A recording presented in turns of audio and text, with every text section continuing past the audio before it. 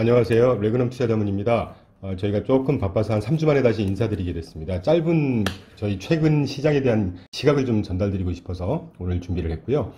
일단 2023년 들어서 대부분의 분들이 예상했던 거하고는 반대로 주식시장이 굉장히 셌습니다. 미국 시장도 아주 상승을 견조하게 기록했고 한국 시장도 마찬가지고요.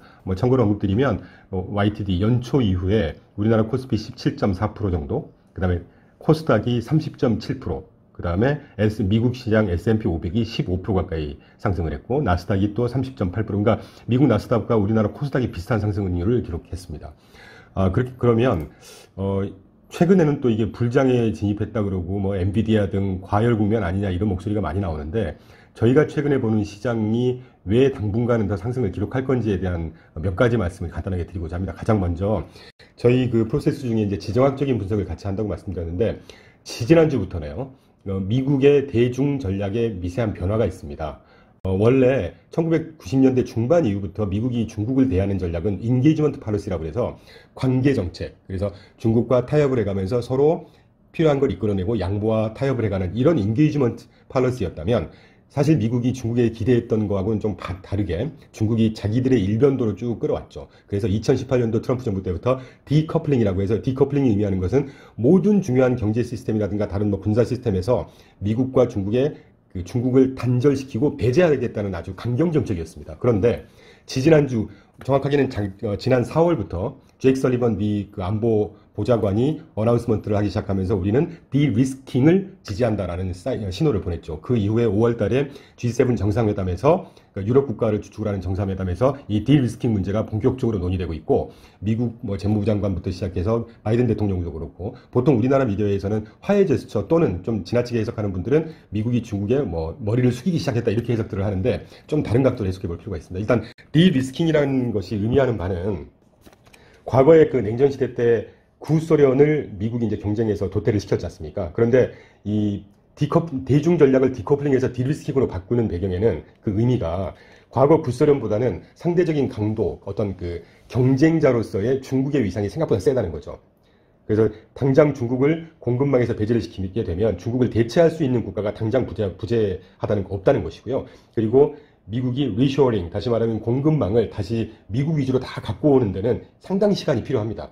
그러니까 그 사이에 좀 값싼 물건, 또 그 인플레이션 때문에도 지금 부담을 갖고 있는 이런 것들을 좀 완화시켜줄 역할이 필요한 것이죠, 중국에. 그러니까 당장 배제시키지 말자라고 하는 시각이 좀 변화가 있어서 강경 정책에서 강온 정책으로 변화했다는 그런 의미가 있고요. 두 번째는 그 EU 쪽에서 디커플링을 진행을 하는데 조금 어려워하는, 그러니까 다시 말하면 협조가 좀 쉽지 않은 그런 상황입니다. 실제 여러분 아시겠지만 EU가 지금 고물가나 경기도나 압박이 거세지고 있기 때문에 중국하고의 관계를 좀 개선시켜야 된다고 하는 목소리가 적지 않게 나오고 있습니다. 그러면 미국 입장에서는 그거를 자기 입장만 내세우면서 강경일변도로 가게 되면 그 미국의 어떤 그 지지 세력이라고 하는 LI를 형성하는데 문제가 생길 수도 있겠죠. 조금 더 큰 안목에서 보면. 그래서 그런 것들을 조금 더 현실을 좀 받아들이는 어떤 정책으로서 디커플링에서 디리스킹으로 가는 배경이 또 하나 있고요. 그 다음에 세 번째가 저는 가장 중요하다고 보는데, 미국이 중국과의 경쟁에서 이제 우리 상대가 안 되라고 하는 자신감의 표현이라고 저는 해석을 하고 있습니다.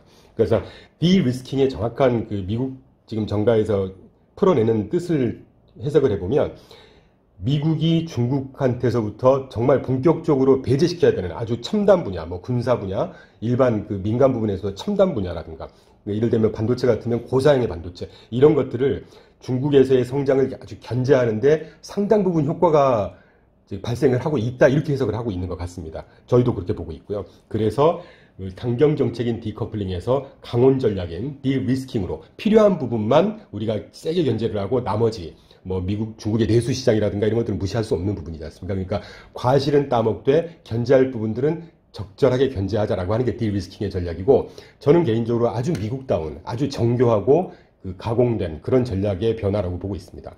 그리고 이제 아까 잠깐 언급됐지만, 미국이 지금 인플레이션이 하락 국면으로 접어들긴 했지만, 그 장기적인 어떤 인플레 압력의 상황에 있는데 중국을 또 배제를 시킨다. 그러면 지난 20년 동안 값싼 그 생산 단가를 통해서 전 세계 디플레이션을 유발했던 그 중국의 역할은 당분간은 필요하다고 보는 것이죠. 그래서 이제 디커플링에서 디리스킹으로 그 전략 2023년 들어서 수정을 하고 있다는 것이고, 이게 투자에 있어서 어떤 의미를 갖는지를 저희가 생각할 때는, 만약에 지금 현재 중국이 미국이 지금 딜리스킹 하자고 하는 이런 전략에 대해서 콧방귀를 끼고 있는 상황입니다. 중국에서는. 그런데 저희가 볼 때 중국 상황은 굉장히 녹록지 않은 상황입니다.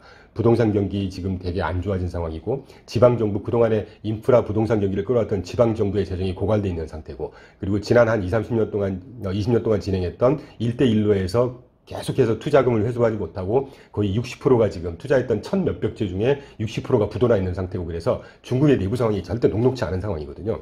그러니까 정치 레토릭에 의해서 뭐 콧방귀 끼는 제스처를 취할 수는 있지만, 결국은 중국이 이 미국이 손을 내미는 딜리스킹 전략을 받아들이고 화해의 제스처를 취할 수밖에 없는 상황일 거다라고 생각을 하고 있고, 만약에 그런 무드가 조성이 된다고 하면 전 세계의 인플레 압력은 훨씬 둔화된다는 센티멘트가 형성이 될 거고, 전 세계의 또 공급망이 다시 정상화되는 일부분, 뭐 완전히 정상화는 그대로 보고 있지 않겠죠, 미국이. 어쨌든 지난 그 몇 년 동안 2018년 이후에 얼어붙었던 이 공급망의 어떤 디스럽션이라고 하는데, 붕괴의 문제가 조금 더 완화되는 국면으로 간다고 하면, 이따가도 소개드리겠지만 그 미국 경기가 지금 굉장히 견조한 상황에 더해서 미중의 어떤 갈등이 완화 모드로 가게 되고, 이렇게 되면 주식시장이라든가 뭐 경제 펀더멘탈도 굉장히 좋은 신호가 되지 않을까 하는 생각을 하고 있습니다. 자, 그럼 이제 미국의 어떤 패권, 대중전략 변화가 어떤 의미를 갖는지 간단히 살펴봤으니까, 지지난주에서 미국의 물가지수 발표됐고, FOMC 회의에서 금리를 드디어 동결을 했죠. 저희가 작년부터 얘기했던 대로 올해 2, 4분기 정도가 되면 금리를 동결하게, 피벗에 대한 기대감, 다시 말하면 금리를 동결하는 신호가 나올 거고 동결할 거다라고 했는데, 실제로 6월부로 동결을 했죠. 물론 뭐 7월달부터 다시 인상시킨다 이런 말은 있지만 쉽게 그렇게 올리진 않을 겁니다. 왜 그러냐면 지금 3페이지에서 보시는 대로 5월달 현재 발표된 미국의 물가지수를 보면 계속해서 하락 국면을 보이고 있습니다. 5월달에 CPI 주요 항목을 보면 음식료 값이라든가 에너지 부분, 그 다음에 주거비, 쉘터라고 하죠. 각각 뭐 0.0에서 0.25, 0.6에서 마이너스 3.6으로 에너지 값은 굉장히 많이 물가를 하락하는 데 기여를 했고요. 주거비 같은 경우가 0.4에서 0.6 정도로 살짝 상승을 했으나, 질로우 인덱스라는 게 있습니다. 민간 조사기구에서 발표하는 그 주거비를 조사에서 발표하는 지표인데, 2포인트 정도로 해서 계속해서 둔화하는 모습을 보이고 있습니다. 지난 3월 17일인가로 기억하는데, 저희가 이 물가 관련한 저희 자체 유튜브를 올릴 때 진로우 인덱스를 말씀드리면서, 이게 실제 CPI와 6개월에서 한 1년, 길게는 시차가 있다고 말씀드렸고, 5월에서 6월 정도 되면 이 진로우 인덱스가 계속 하락하는 국면을 실제 CPI 바스켓 중에 주거비 인덱스가 이제 하락을 실제로 보여줄 거다라고 말씀을 드렸잖아요. 그게 아마 7월이나 8월부터는 본격적으로 시장의 컨센서스도 그렇게 해석을 하고 있더라고요. 그리고 이제 중고차 값, 미국 같은 경우 이제 중고차 값이 상당히 그 영향을 많이 미칩니다. 그런데 지난달 대비 4.4에서 동일한 4.4로 나왔고요. 그리고 역시 이 중고차 값에 민간 조사 기구인 맨하임 중고차 지수가 있습니다. 2달 선행한다고 하거든요. 그런데 이게 마이너스 2.7이 나왔기 때문에 앞으로 중고차 값도 계속 떨어지는 신호가 나오고 있습니다. 그 외에 이제 운송비, 운송 서비스 같은 부분이 마이너스 0.2에서 0.8로 상승을 하긴 했지만, 요 몇 개를 빼고는 나머지가 다 하락 국면을 지금 보이고 있다. 그리고 또 중요하게 보는 가장 최근 6월 미시간대 물가 기대 지수가 보면 1년 물가 기대 지수와 5년 물가 기대 지수가 각각 4.1에서 3.3으로 하락했고, 5년 물가 지수가 3.1에서 3%로 하락했습니다. 그러니까 미국의 전반의 물가는 계속 지금 이제 다운돼 가는 하락 국면에 접어들었다. 그래서 이게 갖는 의미가, 그렇게 되면 페드가 당연히 더 이상 더 공격적인 호키시한 스탠스를 취할 필요가 없다는 거죠. 그래서 작년 하반기 그리고 올 상반기부터 저희가 자체 유튜브를 통해서나 타 유튜브 통해서 계속 물가는 하락 국면으로 접어들었고, 그렇기 때문에 올해 2, 3분기 정도가 되면 페드에서 그 금리 상승을 중단을 시킬 거고, 그게 또 다른 의미로 해석을 하면 피벗에 대한 기대감이 조성이 될 거다라는 말씀을 드렸고, 아직까지는 그렇게 돼가고 있는 것 같습니다. 자, 그러면 물가 부분을 봤으니까 경제 펀더멘탈이 가장 중요하다고 하는 미국의 특히 고용시장과 소비를 한번 보죠. 4페이지를 통해서 보시면 저희가 그래프를 좀 여러 개를 같이 비교해 드리려고 트렌드를 파악하시라고 그려놨는데, 미국의 소비의 대표적인 지수는 소매 판매죠. 주황색인데요. 소매 판매가 2달, 3달 전에 살짝 꺾였다가 올라갔다가 하더니 지난달에 다시 5월달까지 다시 상승 추세로 접어들었습니다. 물론 미국 소매 판매는 저희가 누차 유튜브 통해서 말씀드렸지만 미국 전체 소비의 30%밖에 차지를 안 합니다. 그렇지만 소매 판매 추세가 어떻게 흘러가고 있다는 것은 이 센티멘트라든가 아주 중요한 지표 중에 하나이기 때문에 그려놨고, 정작 중요한 소비 패턴을 보이는 지표 중에 하나는 개인 소비 지출이라고 해서 PCE, 다시 말하면 Personal Consumption Expenditure라고 하는 지표는 제가 그려놓지는 않았는데, 이 PCE 지표는 계속해서 견조하게 상승하고 있습니다. 그러니까 미국의 소비 패턴은 아주 견조하다는 것이죠. 미국의 소비 패턴이 견조하게 할 수 있는 근거 중에 하나가 이 하늘색으로 그려진 실업률입니다. 물론 실업률이 지난 3.4에서 3.7로 떴어요. 그런데 3.7이라고 하는 것은 우리가 인플레이션을 유발시키지 않으면서 완전 고용 수준이 얼마냐라고 하는 나이루라는 지표가 있습니다. 나이루가 보통 4%거든요. 근데 완전 고용인 4%보다 더 낮은 여전히 수준입니다. 그러니까 미국 고용은 굉장히 견조하다는 뜻이고요. 미국 고용이 견조하고 소매 판매가 견조하고 소비가 계속 견조하다. 이거는 일맥상통하는 얘기죠. 그리고 제가 개인소비 지출 방금 말씀드렸던 개인소비 지출이 그래프에서 회색 그래프거든요. 소매 판매는 엎치락뒤치락 해서 상승 곡선을 그리고 있지만 개인소비 지출이 가장 중요합니다. 이 개인소비 지출은 소비자의 지갑에서 실제 돈을 얼마나 빼서 서비스건 제품이든 전반의 소비를 하느냐를 가장 정확하게 나타내는 지표거든요. 그러니까 미국의 그 연방준비제도, 그러니까 패드에서 가장 중요하게 보는 지표가 이 개인소비 지출 지표라고 할 정도로 중요한데, 이 개인소비 지출 회색은 계속해서 상승을 하고 있죠. 그러니까 실업률 낮아, 소비 견조해, 그리고 이제 그 심리 지표인 그 컨슈머 센티멘트라고 해서 저희가 미시간대에서 발표하는 소비자 신뢰지수가 있습니다. 소비 심리지수라고 하는데 6월 달에 59.2에서 63.9로 대폭 상승했어요. 이건 물가지수는 아닙니다. 앞으로 소비시장, 그러니까 내가 앞으로 소비를 하는데 어느 정도 할 수 있겠냐, 상황이 좋아지니, 뭐 이런 거에 대한 그 응답자들에 대한 그 센티멘트를 나타내는 거기 때문에 이 센티멘트가 59.2에서 63.9로 올라갔다는 얘기는 미국의 소비시장이 굉장히 견조하다는 얘기를 그걸 나타내고 있겠죠. 그러니까 다시 한번 좀 정리를 하면, 간단히 정리하면 앞 페이지에서 물가지수 계속 하락하고 있고, 그러니까 패드가 더 이상 심하게 금리를 올리거나 호키시한 스탠스를 취하지 않아도 되는 국면에 와 있고, 소비시장과 고용시장 여전히 견조하다. 그리고 세 번째, 가장 큰 매크로 지표 중에 하나는 이제 생산 부분을 한번 보자는 거죠. 그래서 보통 산업생산, 인더스트리얼 프로덕션을 봅니다.